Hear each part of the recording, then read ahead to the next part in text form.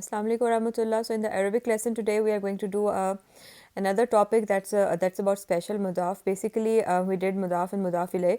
There are some words in Arabic which are just mudaf, and the word after them is mudaf ilayh, and you just need to, when you see these words, you should just know that, oh, this is a mudaf, and the next word is a mudaf ilayh.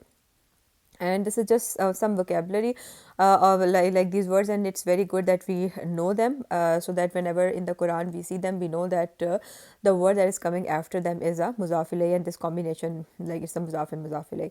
So let's look at these words which are the special mudaf. They're called special because whenever you see them, they're just, you just know that they are a mudaf. So fauka means above, tahta means below, qabla means before, bada means after, and these are very well known words, right? So fauka, tahta, qabla, bada. Duna means besides, dunillah, besides Allah. So duna, other than, less than. So duna means besides. Amama, this does not, I think this one does not come in the Quran, but it means in front of, but still it's a muzaf. And khalfa means behind. So khalfa means behind. Then we move on to the next word, that is kadama, means it right in front of. Wara'a, it means behind or beyond.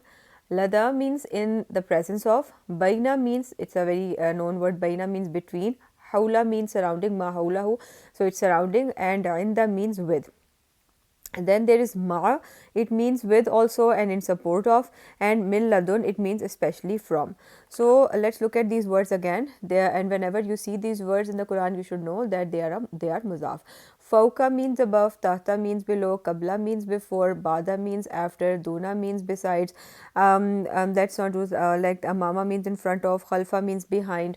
Then there is kadama, means right in front of, wara'a means behind, ladai means in presence of, baina means between, hawla means surrounding, inda means with, ma means with or in support of, and min ladun means especially from.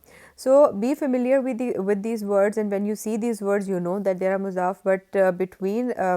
But between these words and the next word, an important point to remember here is that between these words and the next word, which is supposed to be a muzaf ilayh, there is of does not exist. Usually, like, in between a muzaf and muzaf ilayh, there is an invisible of, and then we put that off in the translation. But when you see these words, and you know that they are muzaf, there then in between this word and the next word, there is no of. For example, we've seen the word fauka in this list. So faukal arza, it means that above the earth. So we will not say above of the earth. So faukal arza, even though it's muzaf and muzaf ilayh, faukal arzi, even though it's a muzaf and muzaf ilayh, but it means above the earth, we will not put an off in between.